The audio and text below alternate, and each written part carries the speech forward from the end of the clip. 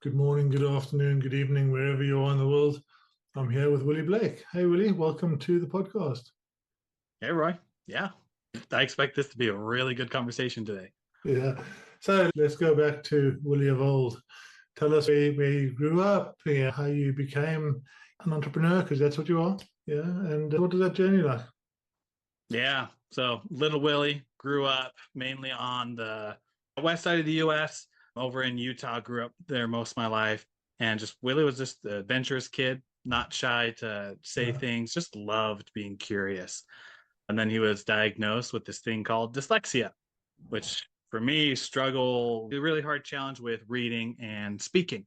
So anytime that I had to read out loud or read generally anything at all, it was very hard to get through. And so over as I continued to grow up, it was this saw it as a challenge that was in my life. And up through middle to high school, up to college, I always felt behind. Felt like I needed to catch up to everybody else. And I was always second guessing myself. I'd be sitting in class and literally teacher would ask a question. We'd do the math with it, and I'd have the answer right in front of me. 5 seconds would go by, 10 seconds, 15 seconds would go by. And then another kid over there would raise their hand, give the same answer. And I'm like, oh, then you get into your mind, right? You start beating yourself up and everything. So then this outgoing, adventurous kid started to become shy and observant and not raising his hand. And it was about halfway through college, after experiencing what I did, to then be like, is that really how the world is? That Yeah. we just get thrown this thing and it just sucks and we have to deal with it the rest of our life? So when were you diagnosed with it? Diagnosed about first grade. So Okay. about when I was 6 or 7. Yeah. And so like we caught it early and my parents helped intervene with some people to help me and then extra time with flashcards and reading and games and such like that. Yeah. Just grew up like that. And from dyslexia, not just dyslexia, but really anything, as I was learning about this thing called business and this thing called coaching, because I was really good at Monopoly. And my mom's like, you're good at strategy. Why don't you go into business? And I'm like, oh, that sounds really cool. And I started learning about it. And I saw dyslexia as the challenge of now being, okay, what's the other side of it? And I learned there's a lot of advantages to it. And then I was like, okay, if that's with my challenge, what about other people? What about when it comes to some hard topics like miscarriages or cancer, or even soft topics like trying to get married or trying to start a business or earn more money? And all these like specific things that could be considered bad turned into, well, really, there's both sides to it and you get to choose.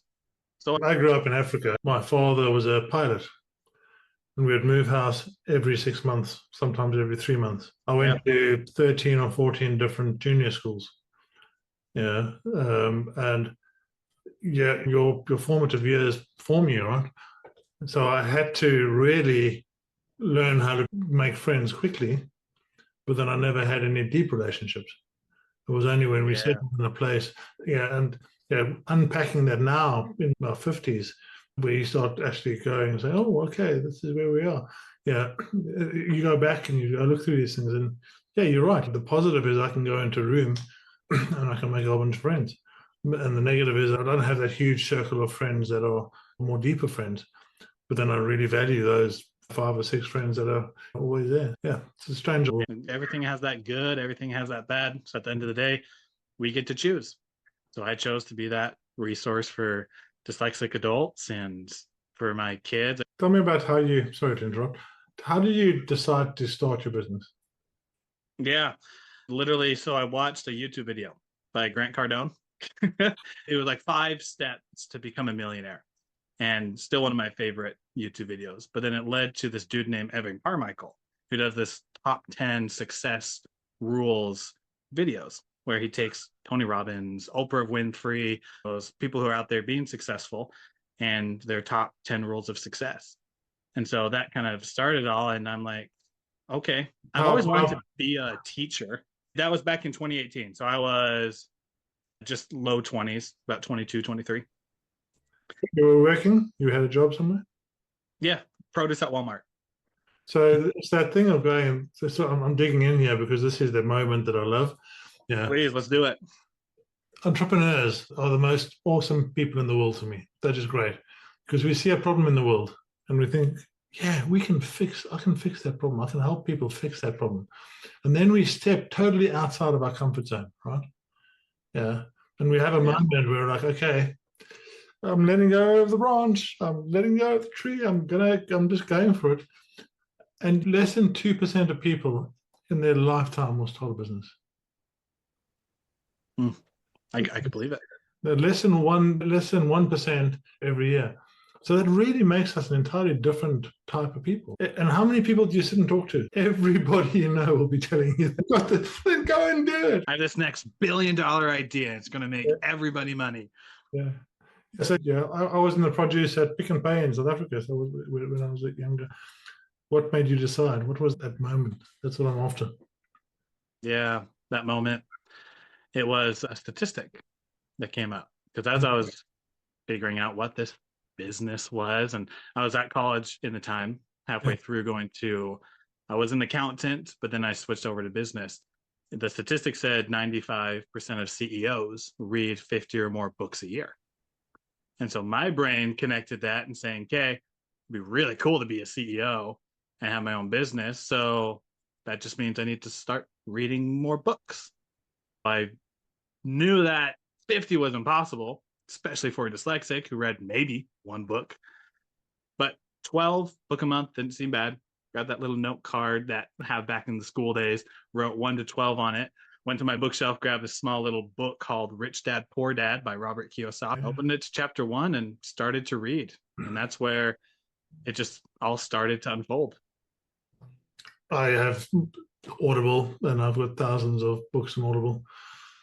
My new favorite book is Who Not How.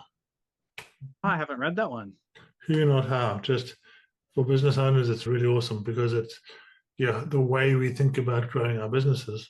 This was I think it was written in 2020, and now we have AI, and the Who can become AI. I'm just super excited about that. So you started your business. Tell me about the first year. I call it the baby phase, right? You've just had a baby. Yeah.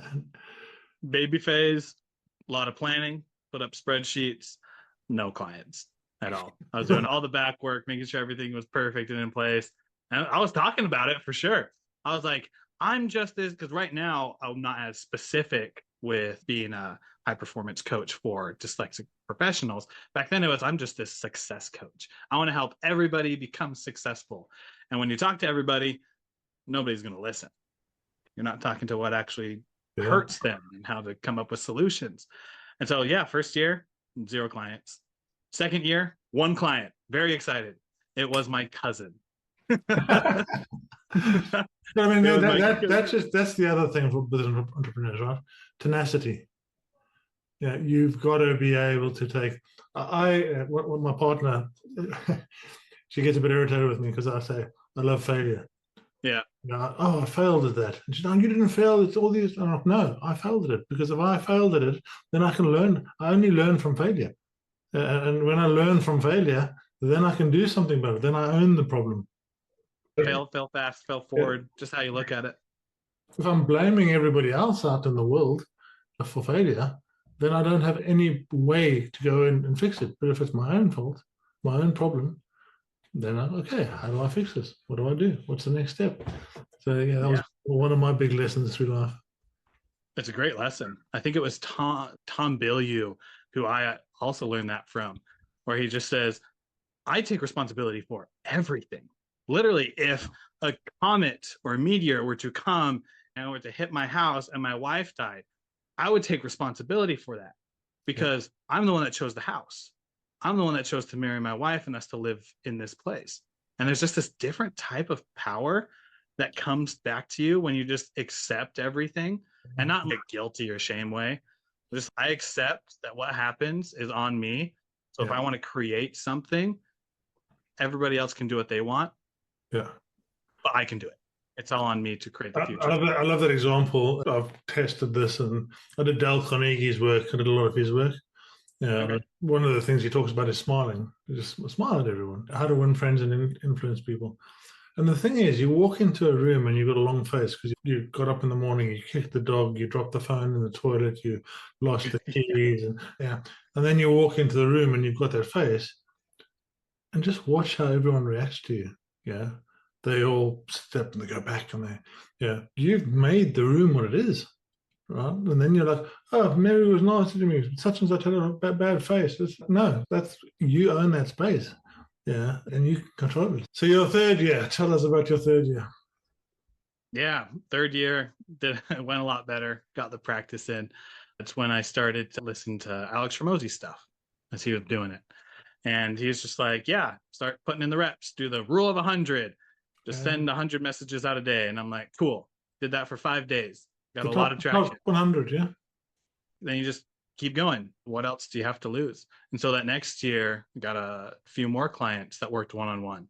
And then in the background, while I was doing that, I'm like, as I was asking them what's going great with the business, what's not going great, what would you like to see improved or added? Then it was, I want to get more of us together. Like, where's the community? So then we started a community. And it's like, sweet. And then what's another thing? Now that we have a community, then like I'd love to just get a group of us for like daily calls. So now we get every weekday daily calls going with the people I work with. And then from there, it's just like, it's great. We talk, but like, where's the in-depth work that I get from a lot of coaching? So then now every other week with each of my clients, we jump on it. And it's just so cool from like just one or two clients that happened in year 3 to like how it's built up to today of we got one-on-ones going on in depth from the community of amazing neurodivergent individuals, not just people with dyslexia, to then the group calls and everything that goes into with a business.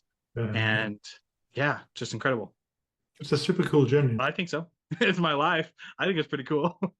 So that's with all of those things, I'm doing all of those things as well. Have you played with much of the AI yet? Are you in there? Yeah, quite a bit. What's your most useful thing you've done? Useful thing I've done, I like every evening to go back and forth with ChatGPT. But after February 13th, when they took away the 4.0 model and everything, it went a little hayward and whatnot. We can go specifically into that if we want. But before that, like I love to just every night jump on it and just use it as a mirror. Be like, this is what I have. Let's go back and forth on it. Or one of my favorite things to do would be, what is one thing that I just am not seeing about myself that if I knew about it would stop hindering my business and actually make it grow faster? Yeah. And if you program the AI right and it has the long-term memory and the certain aspects in there, then you can have a good conversation. I just love using AI to help me self-improve because of course you got the capabilities of everything else, but for it to help me improve faster, that's one of the coolest capabilities I've found. And that's it. Yeah, that I think that people don't realize how early it is. It's so early and so few people are using it like this. I've literally just written a book. And yes, AI helped me with it. And I had this real challenge of people they think I'm not a writer because I used AI. And it's called thinking outside your brain with AI. How do you actually go through the process of using AI to help you think better? And I mentioned what you're talking about there. It's partially I use it for the brain dump. I don't journal. I've never been able to write. I'm very untidy. I'm partially dyslexic as well. Yeah, I don't type. I don't touch type. So I'm like, yeah, and so I'm like, okay, now get up in the morning, brain dump. And there's a format for it, right? I'm going to give you a stream of consciousness thought here. I need you to organize it. Stop and listen to myself. Listen what noises are in my head. Okay, go. And I'll do that 3 or 4 times until there's nothing left in my head. And then I say, okay, now this is my goal for the next 2 weeks. I want you to help me identify the list of things I put down here. And from that list of things that are down here, just put them in order for me. As soon as I have that overwhelm going in my head, I'm like, okay, that's my go-to. Yeah. And yeah, AI. And tell me if you've seen this too, as you're out there. We're getting a lot more creative entrepreneurs because now they're not bogged down by the nuts and bolts of having to have the perfect writing of the email to send to their clients or having to be able to create the perfect business plan from scratch just with themselves and a pen and paper. Now you got AI that helps you out. So like that weakness that used to hold a lot of us back who are neurodivergent, now that weakness is getting covered with AI, and we're able to now focus on the things which we do great at, which is the creativity, the problem solving, the perspective seeing. Have you seen that? You're going to love Who Not How. You really are. It goes into some of that. For sure, I've seen that. And I've taken that one step further. Do yourself a favor, get a Claude subscription if you haven't. Yeah, I'm looking into it. 100%. So what I've done, I've been doing it for about 3 months now. And you've come across Notion, right? So yeah, Notion's awesome database. You can do pages, you can do databases. But I'm sure you've also had a massive overwhelm of threads. Yeah. I've got 400. Yeah. I've got 400 threads. Damn, I had that great idea. What the hell? What happened with that? Yeah. Yeah. I was like, okay, let me fix this. So I went on to Claude. I'm like, right, how can I do this? And I had Notion and I built a couple of databases, and it's time consuming, right? You got to go in, you got to put the fields in. And I figured it out. And then I saw a Notion connector. So I was like, okay, connect Notion. So I'm like, okay, Claude, what can you do in Notion? Anything you want. What do you mean anything I want? So your database, I can build your pages, I can do, let's do it. So now what I do is Notion and Claude have become my PA. And if you've ever had a good PA, you will know how amazing that is.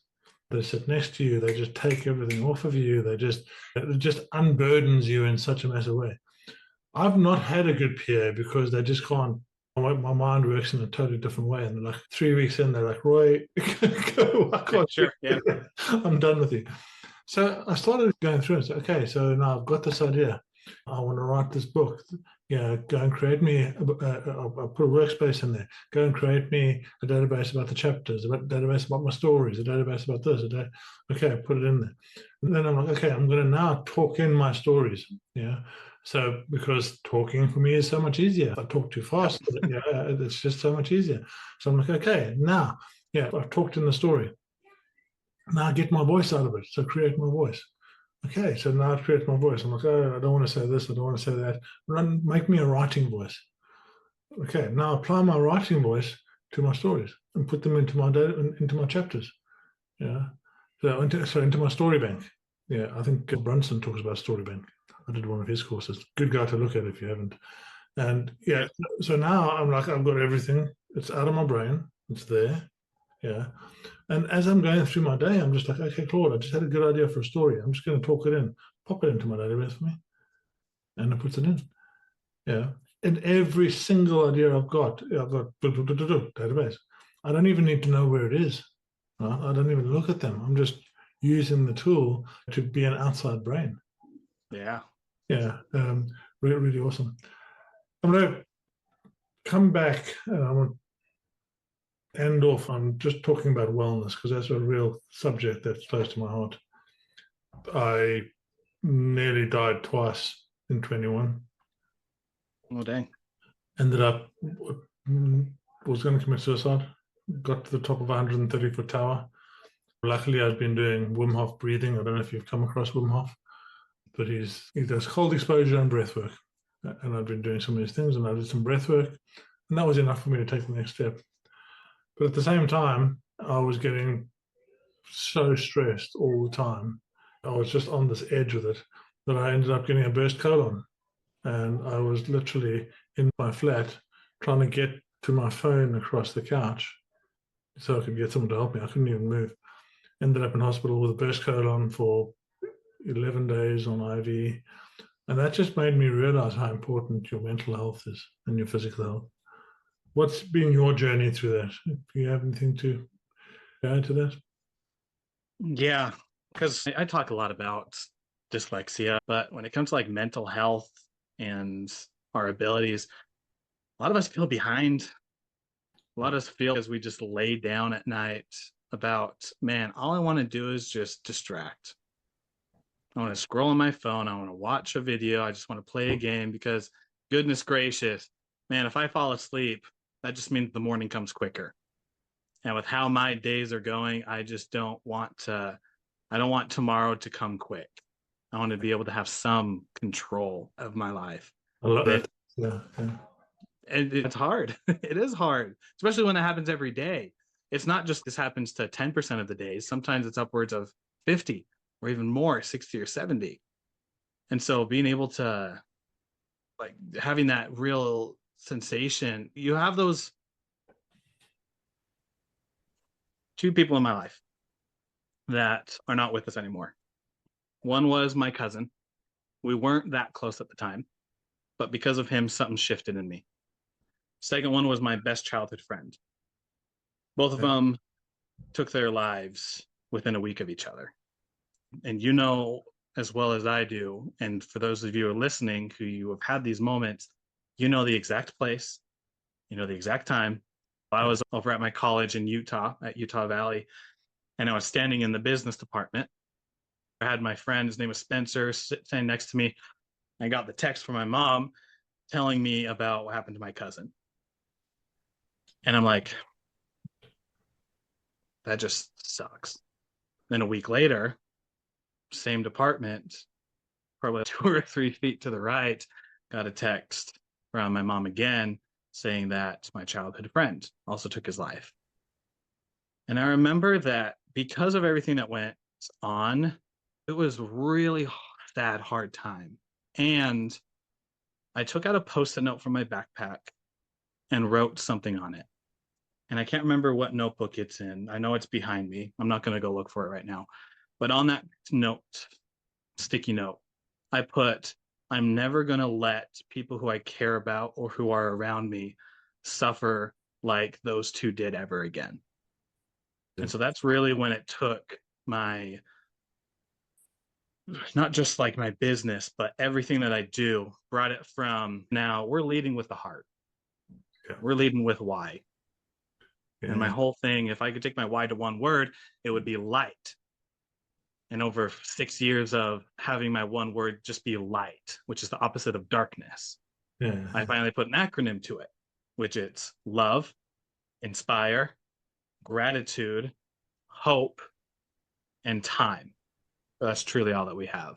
Yeah. And now everything that I do, from implementing it into the strategies of business to just the relationships with my wife and my 4 kids, to the people that are around me, my neighbors, the acquaintances and the clients and the people I consider mentors, everything revolves around that. And it's those hard moments that some people take as trauma moments and then don't do anything with it.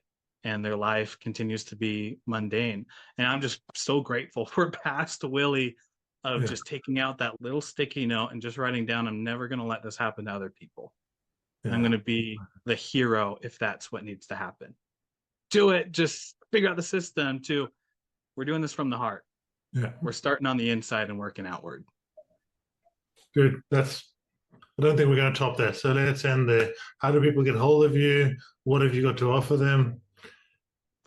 Yes. So best way to get a hold of me is to go to my website, coachwillieblake.com, and there you'll be able to find ways to connect with me on social media, as well as if you're a dyslexic professional or entrepreneur yourself, you can be able to work one-on-one.